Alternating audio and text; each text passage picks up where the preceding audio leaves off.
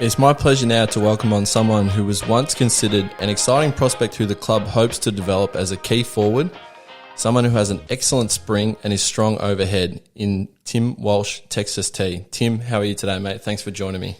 I'm good, mate. Thanks for having me.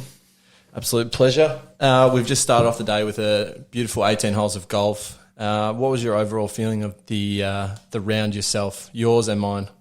They were both pretty similar. You know, we had our substandard, obviously. Goes without saying, but we had our moments. You managed to pull off a birdie. I did, and then the next hole we're putting for two in a row. So and I bogeyed it. And you bogeyed it. Yeah, I was going to mention that. And I also had my moments, and also had my Sounds like a normal round of golf, really. Yes, no, it was. It was good fun, though. It was enjoyable. It was good to be out there and it beats working, as we always like to say. Talk about how you got into footy. You obviously come from a bit of a well-known footy family. Your dad is a very well-known man in AFL circles, and Jeff Walsh. But talk about your introduction to footy, and I guess at what age did you sort of start to become way too tall for the kids you were playing against and start to really dominate? I mean, in terms of getting into football, it was a natural progression for the family, being a football family. So we did all the juniors at Eltham originally. It was where we lived the first part of my young life with the Eltham Panthers. But it was probably around grade 6, I suppose, I probably started to stand out in terms of a prospect, in terms of athletic ability, in sport, in terms of footy and basketball for that matter, being a state representative at grade 6 level for both those sports. They didn't put that on the card. Yeah, I know. There's a lot. My junior resume is a lot more. I'll say a lot more padded. Yeah, a lot more padded. It was a lot better than my senior football resume. I did a lot of junior representation side, so that started in those two sports at that level in grade 6. And even our school sports sides were able to go to state championship level. So I think we won the state basketball. And my primary school were the best primary school basketball side in the state.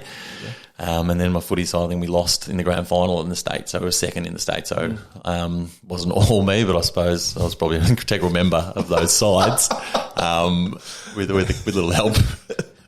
Little help from a couple of other blokes who had... Shout out. I can't remember their names, but shout out to them. They're listening. Yeah, hope they're listening. Hope they're doing well. Hope they're having good sporting careers continued. But yeah, Ivanhoe is obviously a private school, so they get looked after. I'm a product of the public school system, so obviously I do remember. Yeah, obviously I do remember trying out for the school footy team in year 7, and Brent Stanton was in year 12, and I remember wearing the steel cap, boots, and just having to do simple lane work. And I squibbed one off the side of my foot, and I could see a change in his facial expression.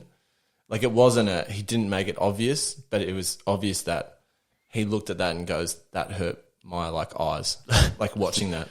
Yeah, Stance wouldn't have copped that. He had high standards. Yeah, no, he did, and I actually decided to just withdraw myself from that team anyway, rather than save the rejection. I guess a lot of AFL footballers, you hear about Scott Pendlebury, you hear about Christian Petrarca, all these guys, talented basketballers as well, that chose football over basketball. If you're making the state team in basketball, obviously you've got good size on you, you're athletically okay. Was there a choice to be made, or did you sort of just... No, 100%. So skip forward a few years, and I was in the Victorian under-16 Vic Metro State basketball side. Mm-hmm. And then I'm not sure if it was that year or the year after, but I was in the under-16 Vic Metro football side. Yeah, right. So I was around that age where I had to make a decision because workload in terms of those two sports was becoming very demanding. So I'd had a stress fracture, I think, probably around the basketball stateside year. I had a stress fracture sort of leading into that, selections for that. So there was a fair demand being put on my body, I suppose, because of the two sports were highly, at a high level. So they demanded a fair bit of training. So that was sort of the time where I had to choose. So at the end of my top age under 16 basketball year, I chose football. It probably was never really going to be a tough decision. It's being, I suppose, the football family. So I'd always just thought that I'd be a footballer growing up. So yeah, that wasn't a tough decision. But saying that, basketball was a huge part of my family's life. Mum's side she was more into the basketball, and that's where we got into it, playing at Bulleen. All my family, uncles, brothers have all sort of been through there. So it would have been 16 years old when football was chosen, the number one priority. I know you just said that you're obviously a football family, but was it a tough decision from, like, say, an enjoyment point of view? Like, it's very easy for someone to say, I'm much better at cricket than footy, and then choose cricket. But I mean, you could absolutely hate cricket and love playing footy. Like, was that the case, or was it sort of an easy decision? I wouldn't say that I enjoyed one more than the other, because I did love playing basketball. But I think it was it was just instinctively or intuitively knew that I was going to play football. That's what I wanted to do. I couldn't put a finger on or a reason why that was the case, but it just felt like that was always going to be the way. When I was young, watching AFL, I sort of felt like I was going to play that at that level. Yeah. For whatever reason. I don't know, most kids probably think like that, but I don't know, I sort of, in my belief, thinking back then, that's how I knew I was going to do it. I always find it interesting because I lived in Canada for a few years, and a lot of the kids there are one sport athletes. So they'll play just hockey and they'll play year round, or they'll play soccer, whatever it is. And a lot of people in the fitness, sports science area say that that's the absolute wrong thing to do, that you get a lot of kids get a lot more, especially in the early development years, get so much more out of, playing a different sport because they learn different types of, I guess, movements. Would you say that basketball helped your footy helped your basketball? Definitely. And they, the classic, Scott Pendlebury, every, accolade he's ever received, they always mention that his basketball background, it's almost a bit of a running joke that goes through, but it is a joke at this point. Yeah, well, potentially it is, but I've got no doubt that sport, specifically basketball, helped with football. That working close, peripheral vision, and even your explosive sort of movements, because in terms of your jumping and changing direction, it helps football. So in terms of, did that hamper my ability to go further in my career by not that I could have kept playing basketball? It wouldn't have been an accepted training method probably by the health and fitness staff at the Bulldogs. But who knows, if I kept playing social basketball on a Tuesday night, maybe I might have played 400 AFL games. Yeah. Now let's get into the Northern Knights. So obviously back then it would have been TAC Cup. I think it's called the NAB League now. What were your sort of early experiences with that? Because you're playing at Eltham. I mean, you're playing against kids like me. And if you're playing in the ruck, I also played in the ruck. So you would have had a nice day. But obviously going against kids from Sandringham, Murray, best players all over. What was sort of the jump up, I guess, in standard or competition for you? Probably it was under 14s. I think they're when the squads start to sort of get you down from junior level, I suppose, and you start playing a few carnivals. Obviously there's a step up in terms of it's the best in those areas coming together. So it is the skill level. I suppose it's still pretty young junior football at that level, so there's no real physical side of things that are going to be too noticeable. But definitely in terms of the skill level. But I suppose being in those representative sides sort of at a young age, I've sort of been exposed to that. I felt like coming together the best helps. Yeah, it wasn't sort of probably was well prepared for it. And then as you go on, and as a 16-year-old, I think I've played some of the TAC Cup football. I'm just trying to recall. It's a little while ago in terms of my memory, but I think I did play a few, double bottom age games as a 16-year-old against both the 18-year-old kids. There you probably noticed the physical side of things, and you play on some older 18-year-old kids, and definitely learn a lot from those experiences. What was it sort of like going from that 16 year into the 17 year, which was your draft year? Because obviously you've got a little bit of a taste of it, but you're coming up against 18-year-olds. You're probably not as physically developed. Like, what was the push in that off season from a training point of view? It was probably just, it was set out in terms of the under 18 system. You started doing fair dinkum pre-seasons when you were in the under 18, TAC Cup sides. So that was a rude awakening. Like, I probably hadn't been put under those kind of physical pressures before, and you sort of quickly work out what's required, even just at that lower level, in terms of some running sessions and physical, push yourself to sort of limits that you hadn't been done before.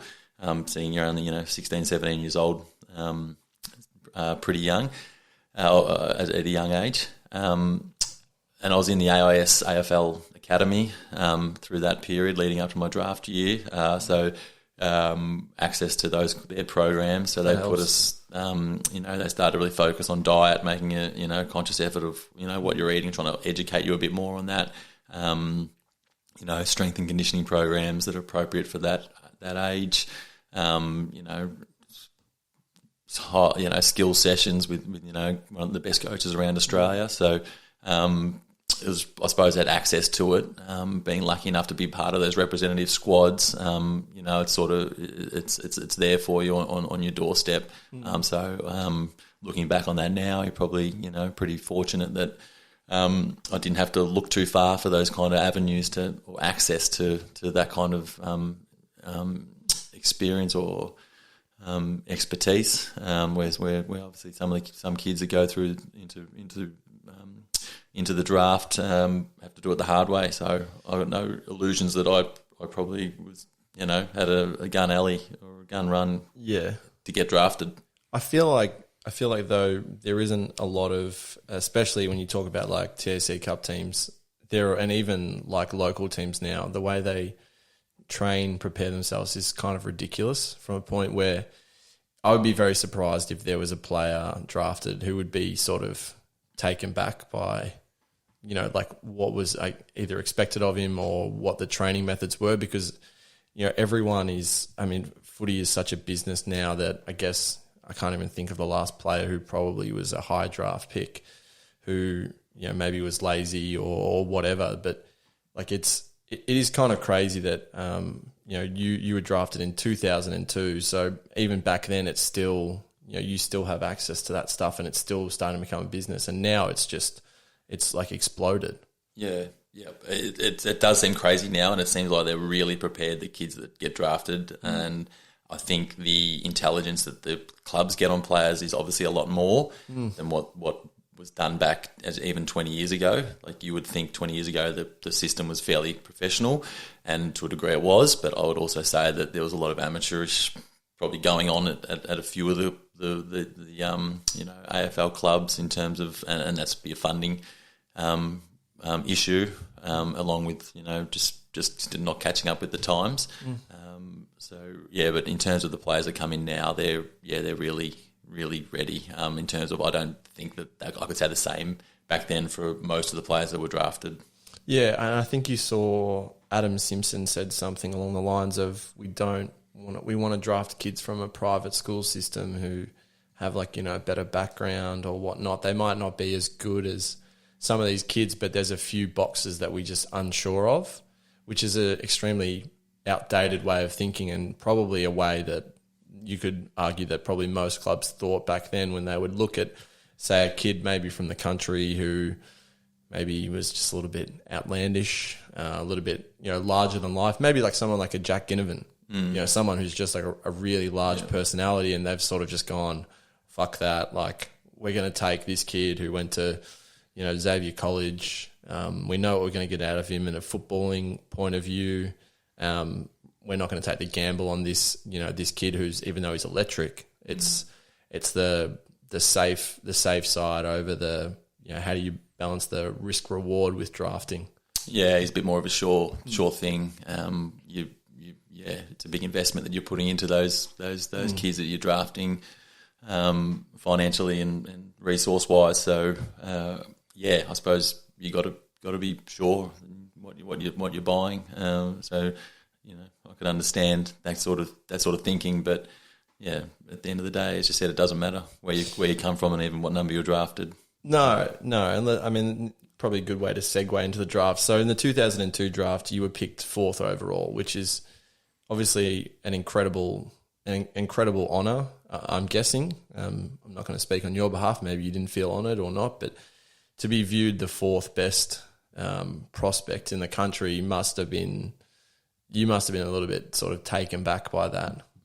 I suppose I was.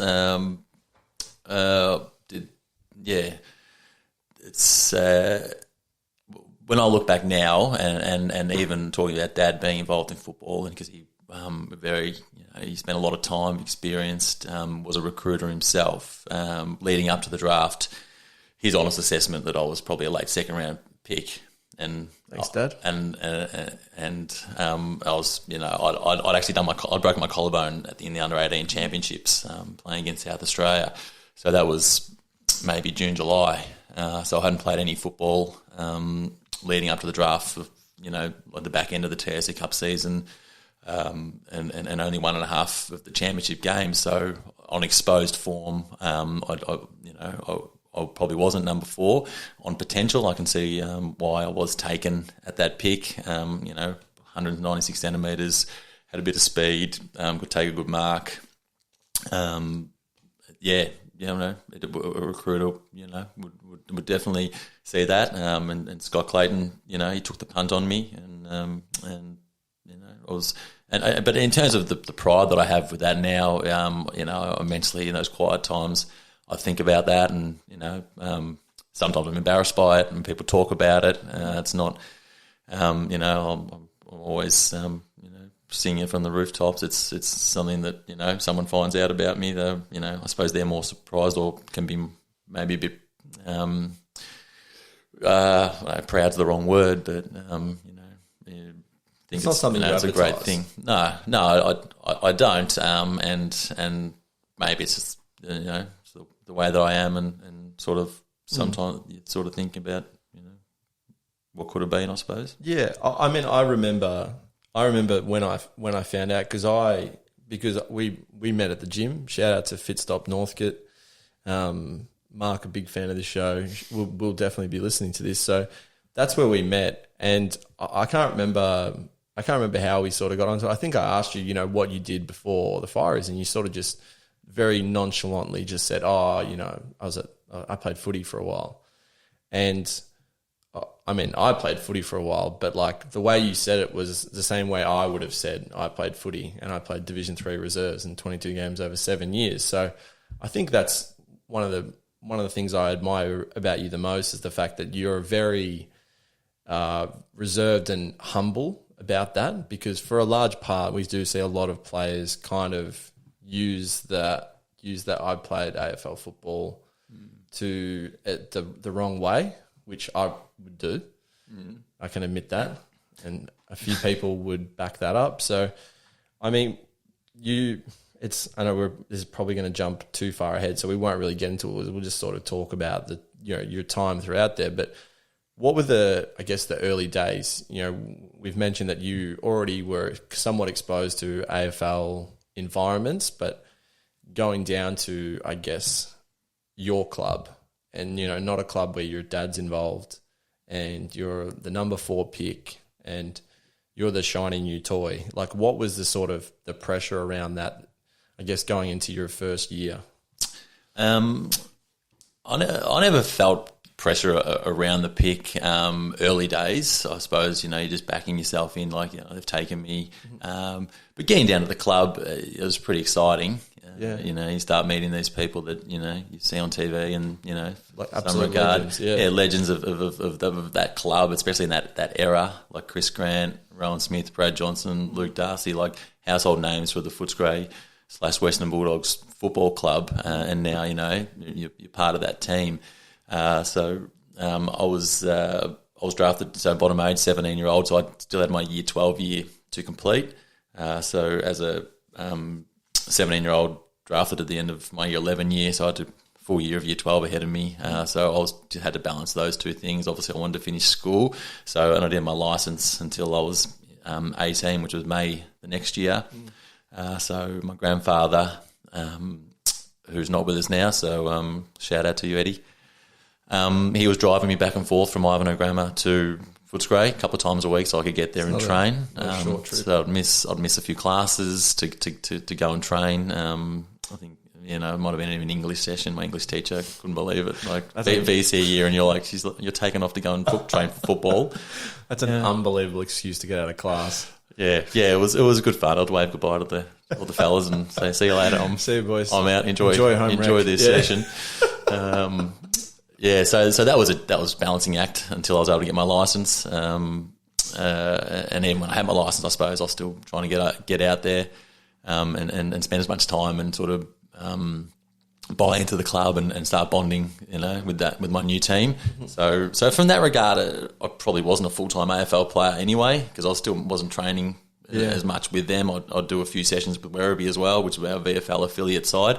So I had to train down there a couple of times. So and they knew that. I was obviously an investment in terms of a long term. They weren't expecting me to come in and play straight away. So that year they probably thought, well, they were going to get me and focus on year number 2 when I was sort of full time and finished school. Yeah, like no distractions. No distractions. So in terms of my first year, it was hit and miss in terms of form wise, because I was at school. Were also expecting me to play for school football. So I was playing first 18 at Ivanhoe. And the club was okay with that? They had sort of had to be, because I was on a scholarship at Ivanhoe, general excellence through footy basketball. So I was sort of, half expected to. So I was still sort of holding my end of the bargain up doing that. And then it came, the Bulldogs were struggling that year, down the bottom of the ladder, and I think it was time to sort of just start playing the kids, as the cliche goes. So I got to a point, whatever round it was, we're playing Melbourne that week, and I was going to play. I was going to throw him in the deep end. Like, wasn't. Were you still 17 at this point? I'd turned 18 by this stage, so I was late. Would have been the second half of the year, so I was after May. They were going to play me. I'm pretty sure it was that week. And then we were just doing a tackling drill at training, and I got twisted, caught my leg in the wrong spot, and broke my ankle. Yeah. So that was that year done. So maybe a little bit of a blessing, because I was able to just sort of focus on my studies, get the exams out of the way, get year 12 done. So I would have debuted, 3 years earlier. If that unfortunate incident didn't happen. But you've got the collarbone 1 year, now you've got the ankle. Like, that's not an ideal way to sort of start things, I guess, if you're looking at from your 2 probably most important pre-seasons, going into the draft, and then your first year at the club are going to be hampered because of the fact that you're recovering from it. How were you, like, mentally? Because, like, sometimes with injuries, it's not as clear cut as you're good to go. Like, I have a lot of issues with my knee, and the fact that it just dislocated so often that even if it was right, mentally I would, kind of go a little bit slower here or not turn like that, because you just had no confidence in it. Like, after 2 big injuries, were you not sort of like a little bit hesitant maybe? Not at that age. I reckon still young enough to be your invincible sort of attitude. And they were bones. They weren't soft tissue injuries. So I wasn't too worried mentally about that. Sure enough, it definitely had set me back probably in terms of being able to train as much and sort of start building that real endurance base that is so crucial at AFL level.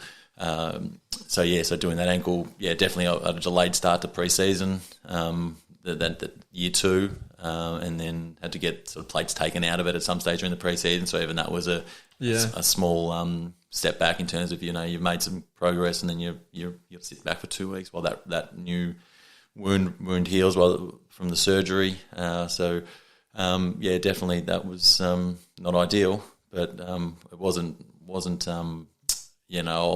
wasn't like later in my career when the injuries really started to get the demons. Yeah. So talk about year 2. So you obviously recovering from the ankle, and you don't have school to worry about, but it's really your first crack at sort of, I guess, football as it's just football. Like there's nothing else aside. Like, was that a massive, I guess, weight lifted off your shoulders? Did you find it easier to, focus on footy alone, or what was that like? Yeah, I suppose I did. Yeah, I had that clear run of it. You're out of school, right? It's time to play football.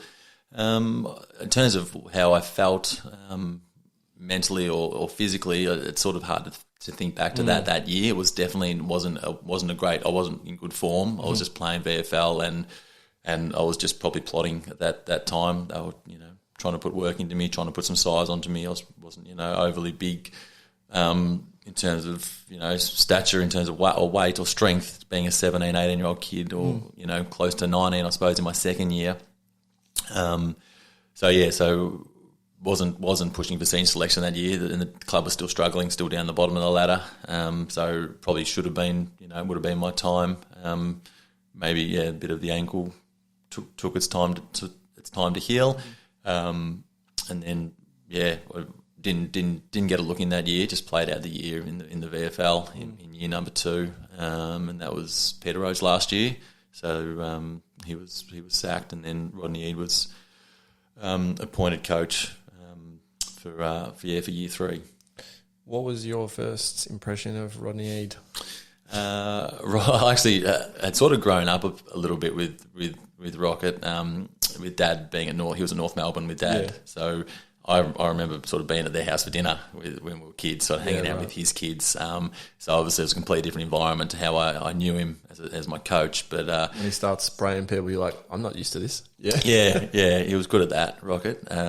So I suppose I felt comfortable with him initially, and in that fact, and he came in with the reputation as as a good coach, and the club needed to be turned around. Through one way, and it was the hard way. That was the way that it was going to be done. So he brought in all these people and started to ultimately sort of did turn the club around for a period, and where they got to under his reign later, sort of after my time. I think Daniel Gorringe said when he was at the Gold Coast that Rocket didn't give him his kicking license or something like that. Like he literally told him he wasn't allowed to kick the ball. Was that the sort of stuff he did with like ruckman and like obviously not forwards, but like like tall, big, lanky ruckman? He's just sort of saying to them, "You've got sort of one role here, and I don't want to see you even thinking about kicking." Yeah, I suppose he had a bit of that stay in your lane kind of mentality. That famous audio that came out a few years ago of Will Minson, spraying him. He had his whipping boys, no doubt. I think Brian, Lake was Harris sort of at the Bulldogs when I knew him, but Brian Lake, he was one of his favourite whipping boys. Like he would sort of, he had them. Every coach, I suppose, got them. I never really remember him. He never put any restrictions on me, I suppose, in terms of don't kick the ball. That helps. Seeing as you're playing forward. yeah, it's kind of important. You kick the ball in that position. Yeah. Let's get into your first game and the only game, but playing against North Melbourne, your dad was the CEO at the time of North Melbourne, so that's obviously it's an incredible experience for you and your family. But I mean, considering that those two lined up, it would have been just the cherry on the top. Talk about finding out that you were going to play. What was sort of going through your head, sort of walking out? And do you remember your first opponent? When did I would have found out during the week. And it was Cameron White, another debutant from our club, the same day. So I shared that with him. So he had all the the media press conferences and photos and all that they like to do. I think I knew I was probably pretty sure I was going to play because still one of my good mates, Adam Morgan, got suspended. They were playing Brisbane up at the Gabba. He got suspended. He was playing up forward, tall forward, and I was like, well, my form's been reasonable in the VFL. If I'm going to get a chance, this is going to be it. When he was offered that 1 week, and sure enough, they What did he do? I got the nod. What did he do? I think it was a bit of a roundhouse. Wasn't too vicious. It was only 1 week. Couldn't have been too bad. But yeah. So as much as I was good mates with him, I suppose I was pleased that he was suspended, so I could get a look in. I actually can't remember the moment that I was told, though. There was no filming like they do now and make a sort of a little deal of it. I can't remember. I was in his office. I think I might have been in Rocket's office, and he said, I was going to play. But anyway, so yeah, that was pretty exciting. So ring up and tell mum and dad was pretty exciting. And yeah, being North was pretty unique, I suppose, with Dad in his position.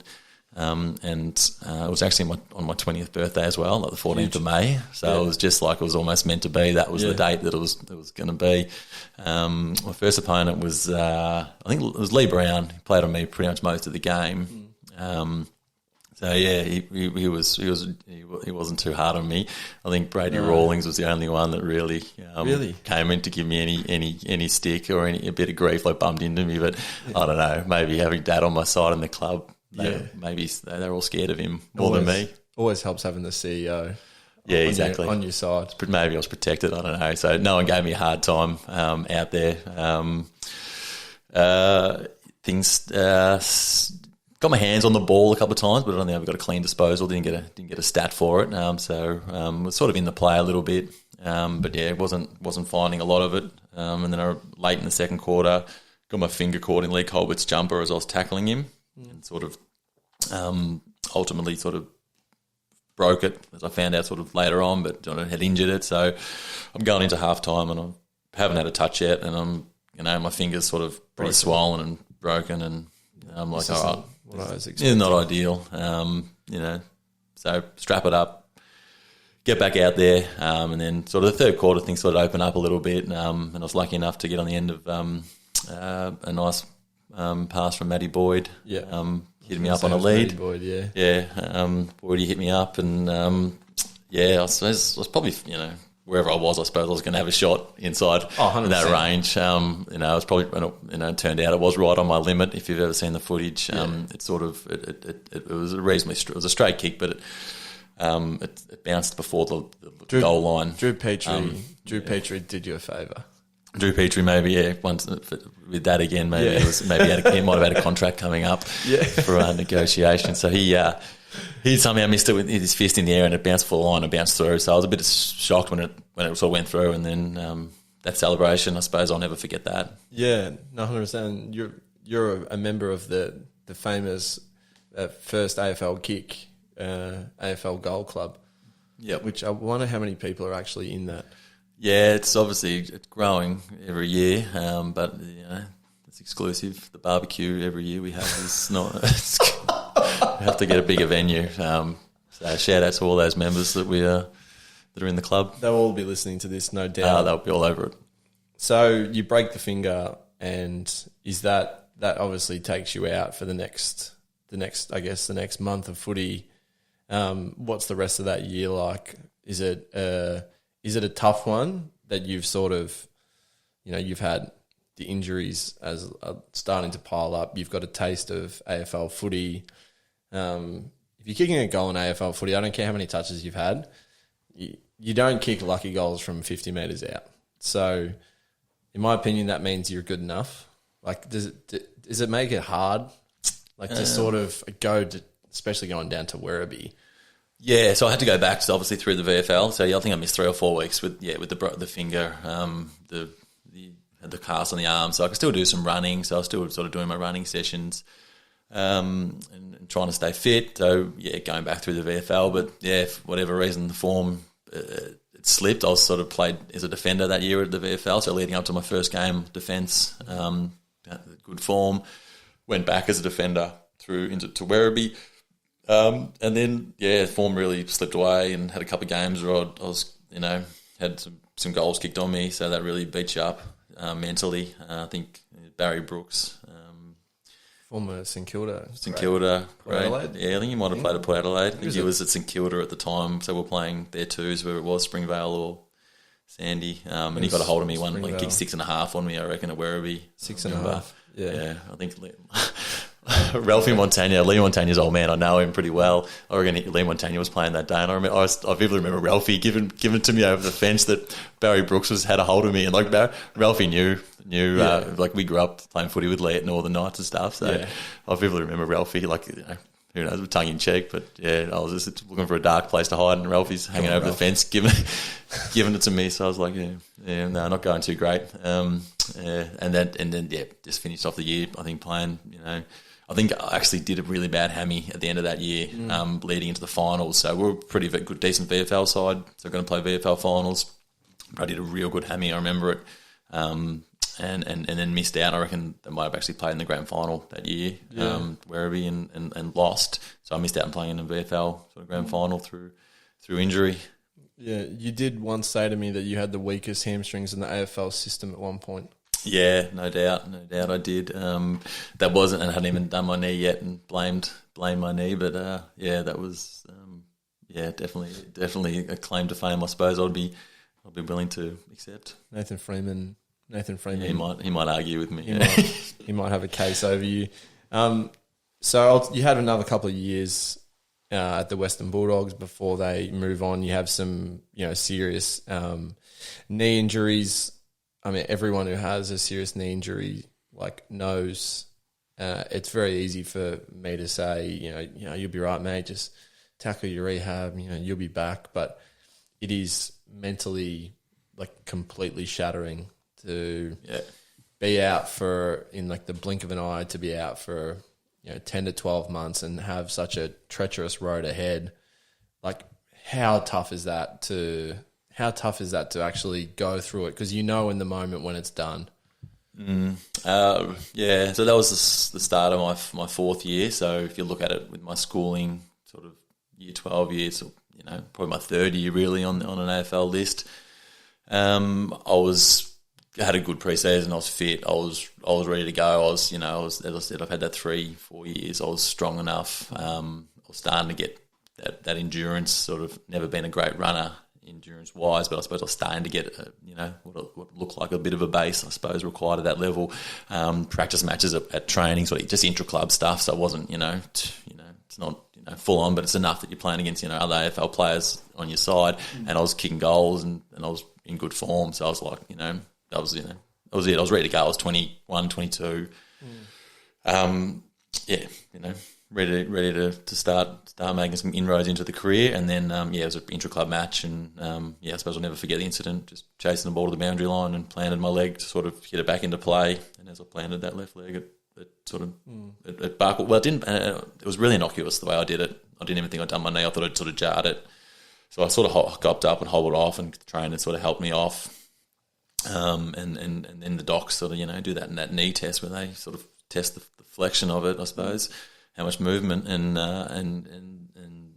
it must have been, it was when Gary Zimmerman, you probably know him, Porno Mo, the Bulldogs games. It's the most iconic Western Bulldogs man. I think he is. He's up there, definitely. He's been around a long time.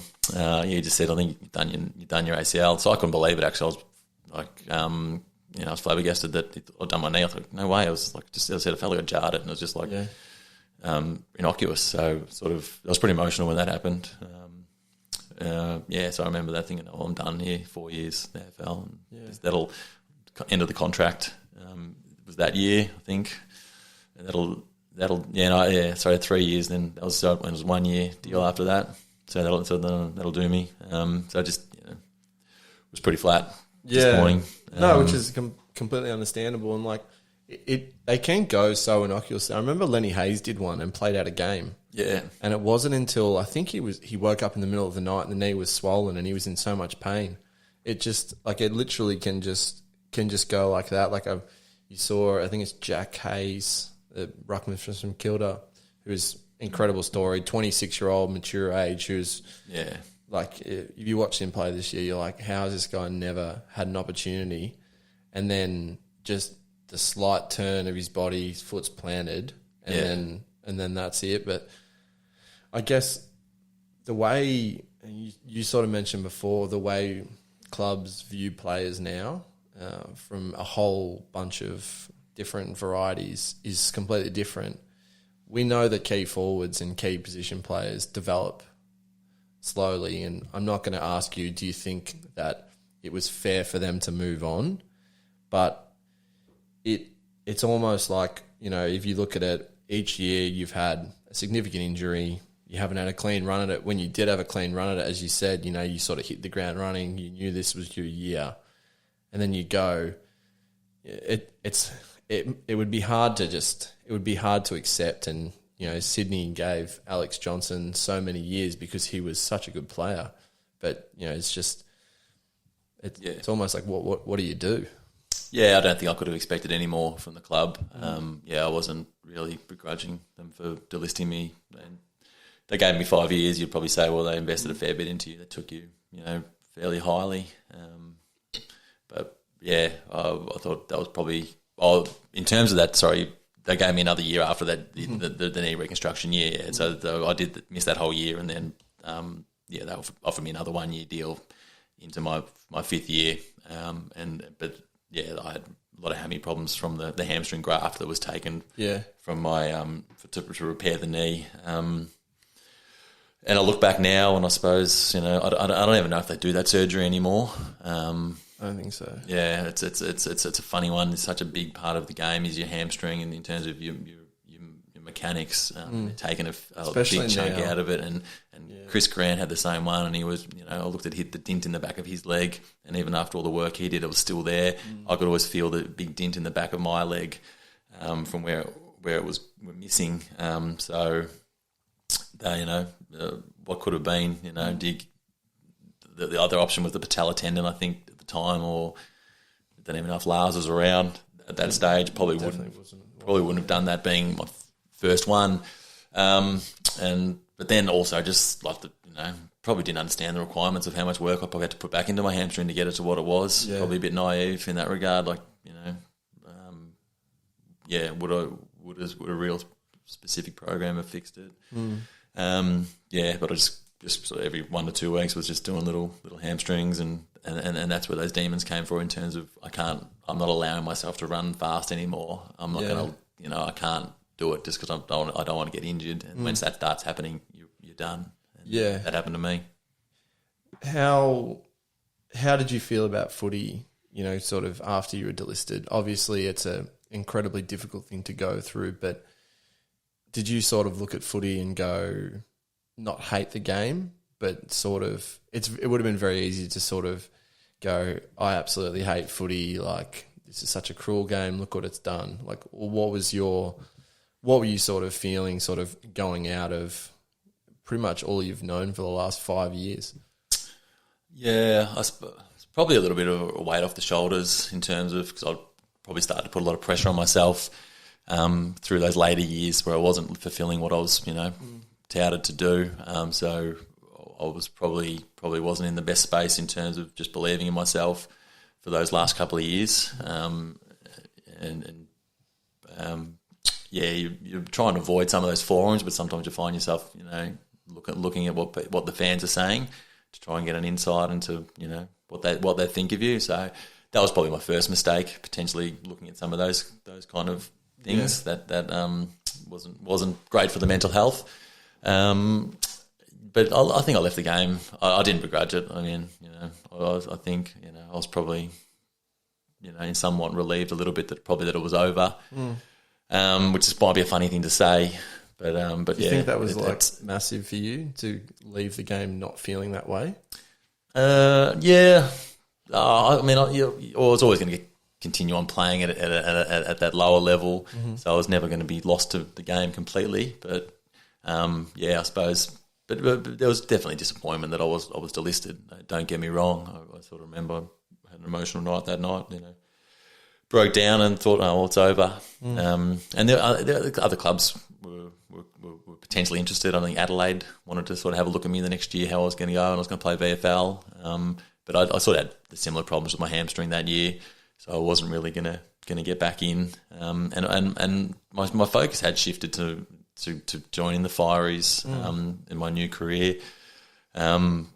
Even saw the writing on the wall in my last year at the Bulldogs. I'd already started the application process to get into the Fireys. It was 2007, so that was my last year. So I'd already sort of had the plan in place. So Dad sort of had recommended that as a career path. So I think I was a realist to know that it was coming to an end. I sort of done all I could, and mentally as well.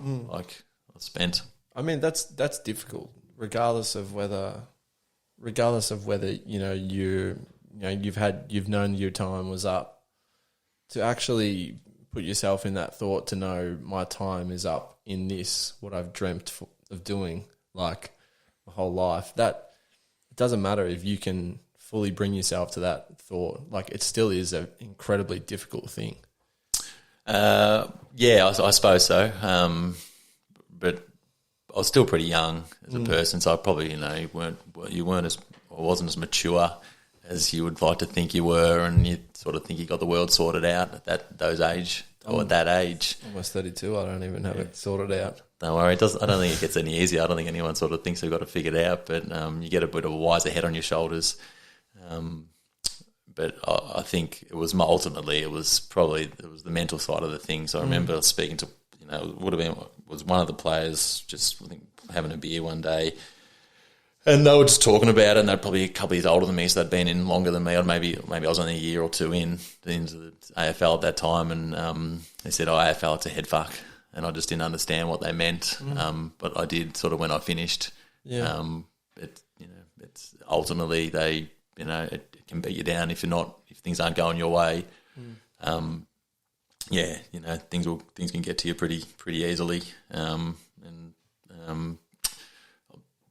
not sure if that's still the case these days. I'm sure it is, because it's you live or die potentially by your week to week performance, and then you're always your harshest critic.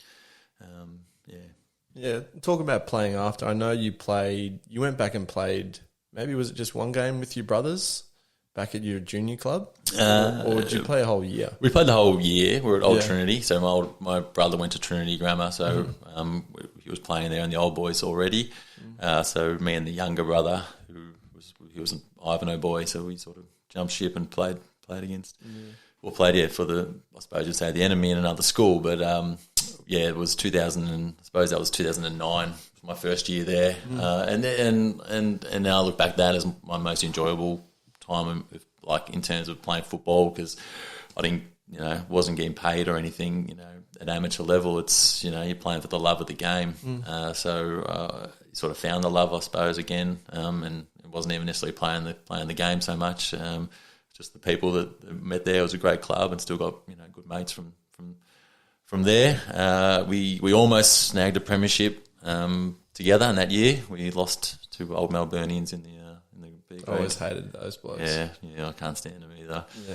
But it's probably one of those demons. I've probably owned that one. I got sent off halfway through the third quarter for the 15-minute sin bin for a late hit, sort of a bump on the bloke, and ultimately would have cost us the game. I mean, without pumping my own tyres up, I was best on the ground at that stage. I was just having one of those games. I was, and I had to go and sit down and gave someone a clip behind play. Yeah, so I sort of think back onto that one and what could have been, but so I never actually got a senior premiership. Yeah, talk about the Fireys. Obviously, something that's how we kind of not connected, but you're a Fiery. I've been wanting to do it for a while. What was that transition like? I guess out of moving away from footy and getting into something that I don't think I've ever met anyone who's been a Fiery who's said this is a terrible job. Everyone loves it. It's what was that transition like for you? Well, funnily enough, it's seamless, because it just was like that team environment, right through from recruit, a 4-month recruit course, which is they really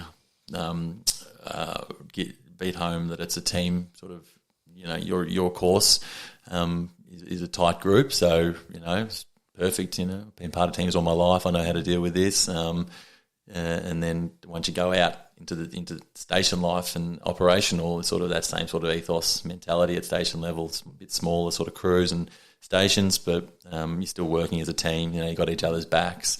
So I sort of like a duck to water, and there's sort of most people that get in sort of they fit in well if they've got that sort of team sort of environment, or they get on well with others or work well with others. It's a sort of a real strong trait to have coming into that career. Yeah, I think that's what is like.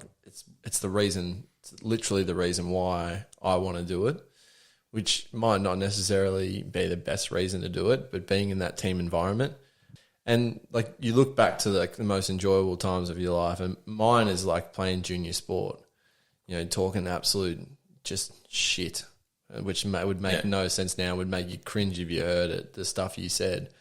But like they're the most enjoyable times, and finding an environment that's like that is just, and it's probably why it's so hard to get into, because so many people want to do it. Yeah, it's a good lifestyle. It's a lifestyle choice with the shift work, the way it works.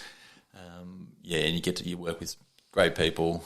I sort of say to people, being a footballer and a firefighter, that I haven't worked a day in my life. I've sort of done 2 careers that I've loved, and have been really lucky in that regard, because instead I get up in the morning and I don't dread having to go to work. I think, great, what's going to happen today? I get to go hang out with my crew, which generally they're all they're good mates. So between calls, between our tasks we have to do, we have a good time, because it's our home for the day. So we make the most of it.